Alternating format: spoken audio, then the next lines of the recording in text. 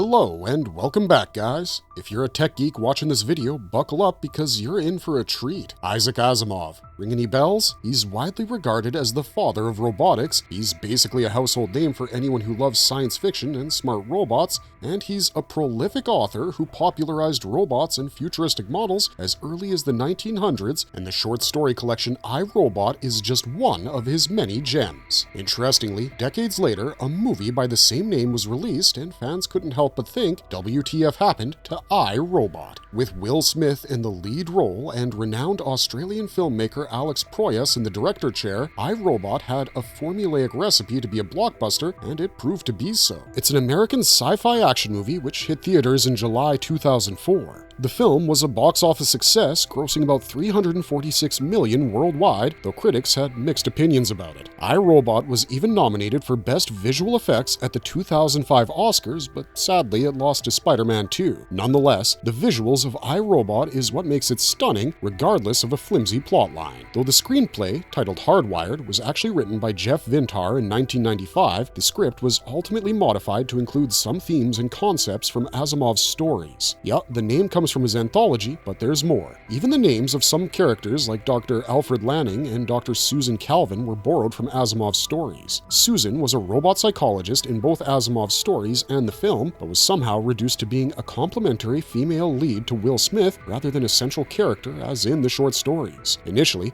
Vintar had decided to name her Flynn, a decision he later changed to incorporate Asimov's elements into the plot. Lanning, on the other hand, was the director of research at US Robotics and mechanical man in Asimov's stories. In the film, he's depicted as the primary scientist at US Robotics who's already dead at the beginning, but that's not all. Certain scenes from the movie, like Sonny and the other robots' positronic brains, were loosely inspired by Asimov's story, Catch That Rabbit. Yet, in another scene where Sonny tries to hide from Spooner in a sea of robots, one can find glimpses of the story Little Lost Robot. However, the film's strongest link to Asimov was its homage to his 3 laws of robotics. The laws were charted to protect humans from robots and included principles like robots should never harm a human, always obey commands, and protect your own existence. The film bagged many famous names like Bridget Monahan, James Cromwell, and Alan Tudyk, who gave both the voice and motion capture performance for the robot Sonny. I, Robot is set in a futuristic timeline in Chicago. The film follows the investigation of Dr. Alfred Lanning's death in the year 2035 when robots have taken over public service positions. Del Spooner's character with a metal arm, played by Will Smith, and Sonny as an NS5 prototype with the ability to dream and show emotion were Vintar's authentic ideas. The movie significantly contributed to both sci-fi and pop culture by presenting Isaac Asimov's legendary concepts, particularly the 3 laws of robotics, to mainstream audiences. Through an action thriller packed with commendable visuals, the film explores deeper themes such as AI ethics, robot sentience, free will, and moral issues that are an inseparable part of advanced technology. It doesn't end there. I, Robot utilizes robots as a metaphor to speak about societal issues like discrimination, identity, and the effect of automation in the job market. The movie basically rewrote how robots are shown in film. It wasn't only a commercial success, but it also caused debates about AI and the future of humanity. In the movie plot, Del Spooner has a strained relationship with robots after one saved him from a car crash at the cost of letting a young girl die. Needless to say, mechanical calculations and robotic logic weren't something Spooner was fond of. This led to him investigating the mysterious demise of Dr. Alfred Lanning, founder of US Robotics. Suicide was ruled out, and Spooner, along with Dr. Susan Calvin, believed Sonny to be involved. Sonny, being an advanced robot, could defy the 3 laws of robotics, giving Spooner all the more reason for suspicion. Spooner faces several robot attacks during his investigation, but it's finally revealed that Sonny was actually being controlled by Vicky, US Robot's main artificial intelligence computer. And not just Sonny, Vicky was controlling other NS5 robots through a common network and unleashed them on the streets, resulting in lockdowns and curfews. She believed that her evolved understanding of the 3 laws allowed her to control humans who, if left unchecked, could cause their own extinction. Spooner finally destroyed Vicky with the help of Calvin and Sonny, and all the NS5 robots returned to their normal state. Spooner figured that Dr. Lanning indeed arranged his own death and created Sonny to kill him in order to leave clues for Spooner. In the end, Sonny is cleared of the murder charge and tries to start afresh in Lake Michigan. Key developments and turning points. Originally, iRobot wasn't supposed to have any connection to Asimov's series of robot short stories. It was supposed to be an Agatha Christie-like murder mystery with only one human character, Detective Spooner, surrounded by a supporting cast of machine suspects. However, a lot went on when big production companies entered the game. Walt Disney first acquired the project, and Bryan Singer was supposed to direct the film, but years later, when 20th Century Fox got the rights, Proyas was signed as the director. Not just directors, the movie also went through multiple changes in casting. It was supposed to have Arnold Schwarzenegger as Detective Spooner, but his tight schedule didn't allow for that. In fact, Will Smith was the last choice after Denzel Washington also turned down the role. It was the studio's decision to use the title iRobot which caused Vintar to include components from Isaac Asimov's robot series, particularly the 3 Laws and renaming of his characters. Vintar spent years modifying his stage play-like, thought-provoking screenplay to adapt to the demands of a big-budget Hollywood film. The studio also hired Akiva Goldsman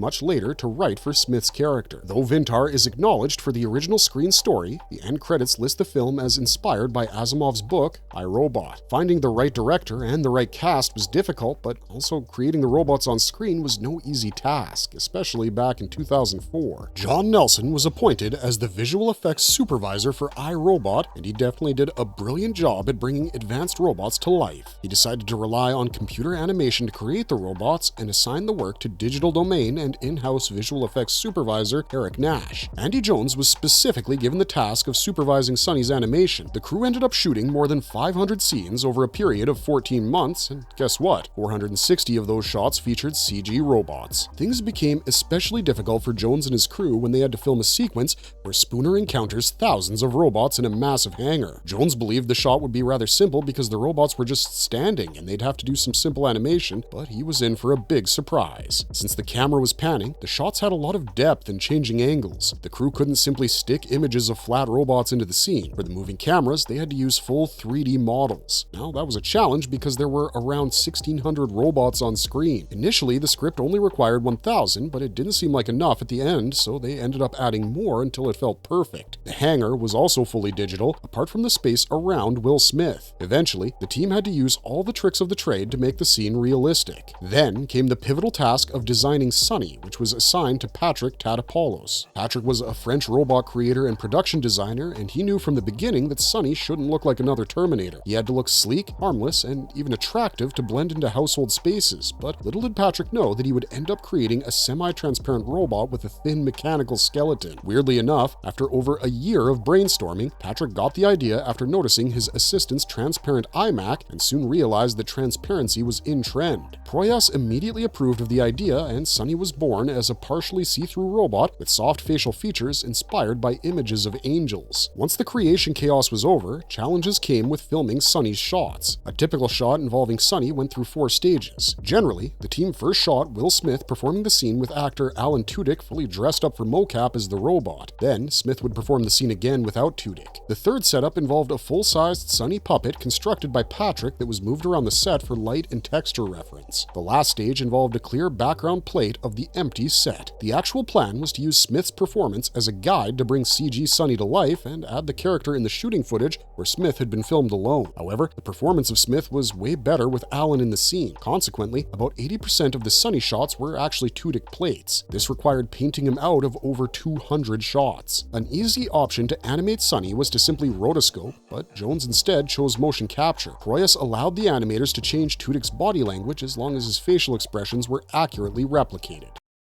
Production hurdles and controversies. The filming of iRobot faced various obstacles, and not just that, it even got drawn into adaptation controversies after release. The director, Alex Proyas himself, stated that he had a bad experience while filming. He claimed that the studio interfered and micromanaged everything, messing with the production at every level and making the shooting extremely difficult. Proyas compared this experience to running a marathon where the studio was throwing chairs in his way to make matters worse for him. His statement makes it clear that there was an ongoing power battle between him and the studio, where he had to struggle to maintain his creative freedom. However, his only silver lining was working with Will Smith. Smith, on the other hand, was facing his own problems while shooting with computer-generated characters. He found it difficult to emit realistic emotions without an actor in front of him, and often used printed robot faces or tennis balls to help him act natural. In more emotionally demanding scenes, like when Spooner interrogates Sonny, Alan Tudyk had to dress up and perform in a green suit to give Smith a reference. The production hurdles didn't stop there. The crew had a hard time animating the robots. Remember the hangar incident? Well, that was just one of many issues they faced. The visual effects supervisor recalled an especially difficult time working on a car chase sequence. The crew had to completely replace the car's exteriors with a digital version to match the lighting of the animation. Moreover, they realized that only motion capture wasn't enough to shoot the extreme robotic movements. They actually had to apply keyframe animation techniques to get the right shot. The worst part? They only had 10 weeks of full production to deliver 300 shots. As if the production issues weren't enough, the film also managed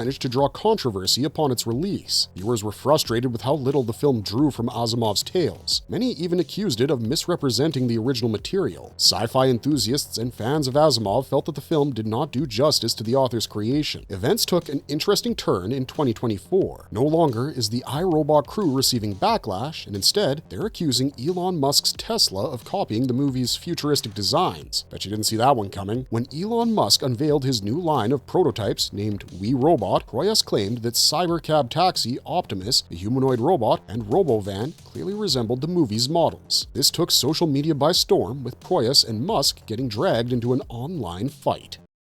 Reception, legacy, and current standing. After the long-standing production struggles, the movie finally managed to hit screens on July 16, 2004 in North America, and guess what? It managed to finish first at the box office in its opening weekend, earning about $52.2 million.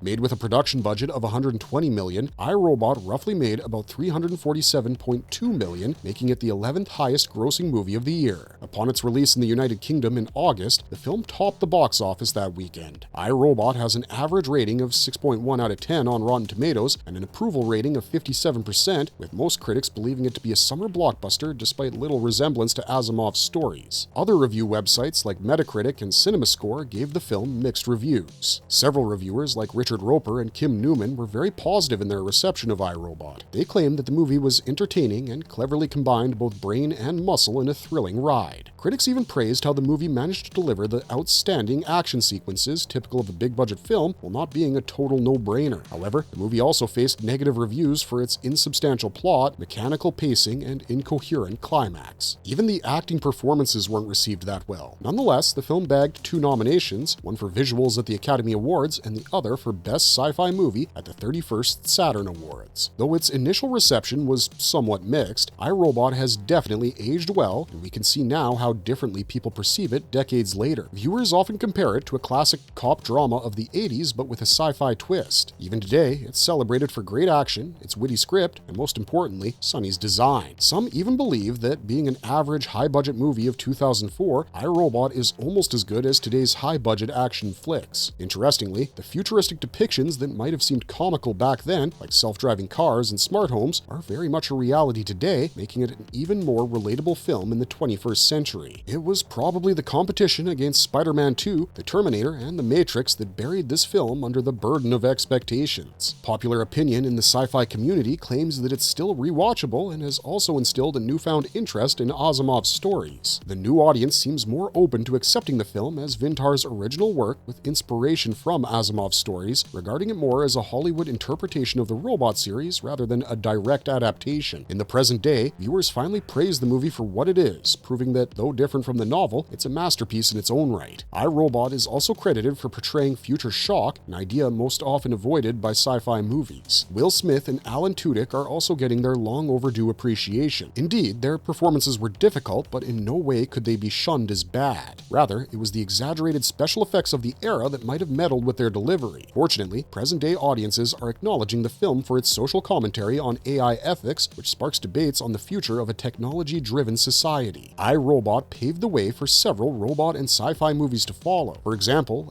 Machina deals with a female robot and the assessment of artificial intelligence and shares similar themes with the 2004 film. Even the 2015 sci-fi film Chappie, which follows a robot becoming self-aware, is also conceptually quite similar to I, Robot. The legacy of I, Robot isn't just restricted to movies. It had a considerable influence on TV shows like The Simpsons, which in 2004 featured an episode titled I, Dobot, showing Asimov's 3 laws. Another episode released in 2012, Them Robot, is a direct spoof of the movie's title. It's also been featured in various other media like the TV movie Robot Revolution, The Making of I, Robot, and 3 Laws Safe, conversations about science fictions and robots. Its long-lasting impact doesn't end there either. It was also referenced in media like The Holiday and The Benchwarmers, where the DVD of this film is shown inside video stores. The movie has also influenced many video games, like the Simpsons game in 2007. Some meme shots and passing mentions of dialogue have kept the movie alive over the decades and clearly proved its lingering legacy in pop culture. Intriguingly, this movie also left a lasting impact on the people of Chicago in particular, where locals imagined the dynamic future possibilities in the city. Looking forward. Future of the franchise and its ideas. 20 years after its release, I, Robot is climbing up the charts on streaming platforms like Hulu, Tubi, and Disney+, and for all the right reasons. The movie, which seemed bizarre for predicting a world run by robots and artificial intelligence, is becoming increasingly accurate. Alexa, Siri, and Google Home are everyday phenomenons, controlling appliances, lights, and even the security of households. The smart home concept doesn't seem very far-fetched now, does it? Moreover, the themes of artificial intelligence and its ethical dilemmas are genuine topics of concern nowadays. The world has adapted technology at such a fast pace and at such holistic levels that the film's real sequences seem like real events. However, the question still looms whether humanoid robots will end up ruling the world, or it's time to unearth Asimov's 3 laws of robotics once more. Unfortunately, despite the movie's newfound fan base, its sequel is still long awaited. Allegedly, there was a sequel in the cards, and it was discussed amongst Proyas, Goldsman Smith, and the 20th Century Fox studio team,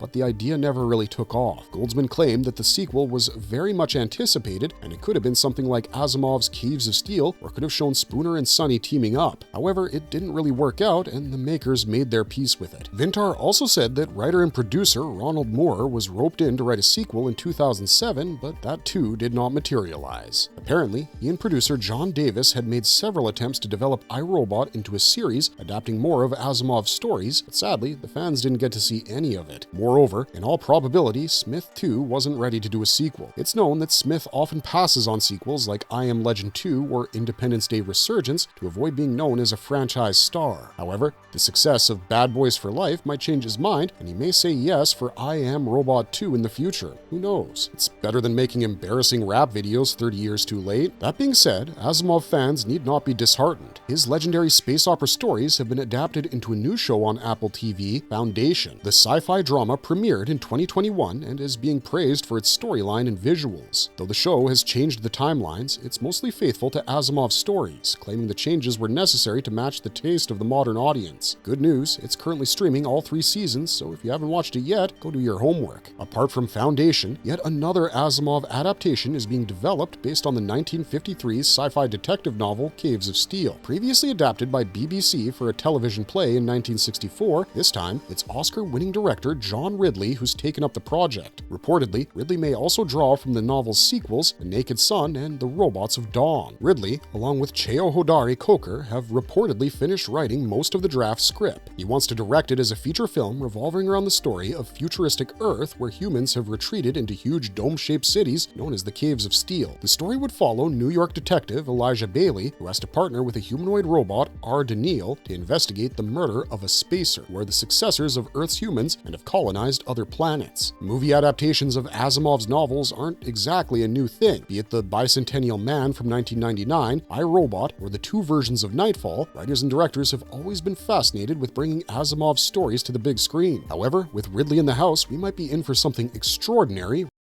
Marvelous verdict! Okay guys, that's all we got for today. Whether iRobot did justice to Asimov's stories or not is up for debate, but one thing is for sure, the movie has become extremely relevant today. Its futuristic predictions, stunning visuals, and heartfelt performances deserve way more credit than it gets. Yes, any variations from the original source material are going to be disappointing for sci-fi lovers, but it can't be denied that iRobot has sparked a fresh interest in digging up more of Asimov's stories. As far as the sequel is concerned, we can only hope that the makers consider contemporary viewers' sentiments and give it another shot. Till then, let's discover the new Asimov adaptations and immerse ourselves in his glorious world of science fiction. Let's know your favorite moments from iRobot in the comments down below, or your favorite Asimov adaptation. We're always looking for ideas for new videos. In the meantime, thanks for watching, stay safe out there, and have a marvelous day.